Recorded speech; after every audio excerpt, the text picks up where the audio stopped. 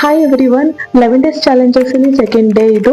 So ಇವತ್ತಿನ ಒಂದು ವಿಡಿಯೋದಲ್ಲಿ ಸೆಕೆಂಡ್ ಡೇ ವಿಡಿಯೋದಲ್ಲಿ ವೆಜಿಟೇಬಲ್ಸ್ ಫಾರ್ ಕ್ಲಿಯರ್ ಸ್ಕಿನ್ ಬಗ್ಗೆ ನೋಡೋಣ.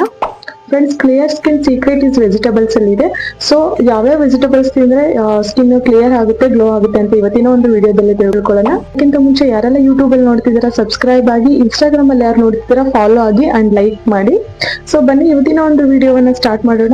First one is carrot vegetable ತಿನ್ನೋದ್ರಿಂದ ಅದರಲ್ಲಿ ವಿಟಮಿನ್ ಎ ಕಂಟೆಂಟ್ ಇರೋದ್ರಿಂದ ನಿಮ್ ಸ್ಕಿನ್ ಅಲ್ಲಿ ಇರತಕ್ಕಂತ ಹ್ಯಾಕ್ನಿನ ರೆಡ್ಯೂಸ್ ಮಾಡುತ್ತೆ. ನೆಕ್ಸ್ಟ್ ಒನ್ ಇಸ್ ಬೀಟ್ರೂಟ್ ತಿನ್ನೋದ್ರಿಂದ ನ್ಯಾಚುರಲ್ ಪಿಂಕ್ ಗ್ಲೋ ಅನ್ನಾಗಿ ಮಾಡುತ್ತೆ. ನೆಕ್ಸ್ಟ್ ಒನ್ ಈಸ್ ಕುಕುಂಬರ್ ತಿನ್ನೋದ್ರಿಂದ ನಿಮ್ ಸ್ಕಿನ್ ಅನ್ನ ಕೂಲ್ ಅನ್ನಾಗಿ ಮಾಡುತ್ತೆ. ಮತ್ತೆ ಯಾರಿಗೆಲ್ಲ ಡಾರ್ಕ್ ಸರ್ಕಲ್ ಪ್ರಾಬ್ಲಮ್ಸ್ ಇದೆ ಸೊ ಅದನ್ನ ರೆಡ್ಯೂಸ್ ಮಾಡ್ತಾ ಬರುತ್ತೆ.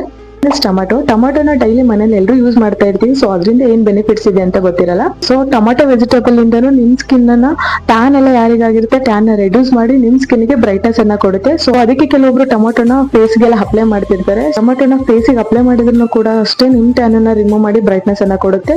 ನೆಕ್ಸ್ಟ್ ಒನ್ ಇಸ್ ಪಾಲಕ್ ಸೊಪ್ಪಲ್ಲಿ ಕಬ್ಬಿನಾಂಶ ಜಾಸ್ತಿ ಇರೋದ್ರಿಂದ ನಿಮ್ ಸ್ಕಿನ್ ಗೆ ತುಂಬಾ ಒಳ್ಳೆಯದು. ಸೊ ಯಾರಿಗೆಲ್ಲ ಸ್ಕಿನ್ ಡ್ಯಾಮೇಜಸ್ ಆಗಿದೆ, ತುಂಬಾ ಪ್ರಾಬ್ಲಮ್ ಆಗಿದೆ ಅಂತಂದ್ರೆ ಅವರು ಪಾಲಕ್ ಸೊಪ್ಪನ್ನ ಕಂಪಲ್ಸರಿ ತಿನ್ನಿ. ಸೊ ಅದರಲ್ಲಿ ಕಬ್ಬಿನಾಂಶ ಜಾಸ್ತಿ ಇರೋದ್ರಿಂದ ನಿಮ್ ಸ್ಕಿನ್ ಅನ್ನ ಹೆಲ್ತಿ ಇಂಪ್ರೂವ್ ಮಾಡುತ್ತೆ.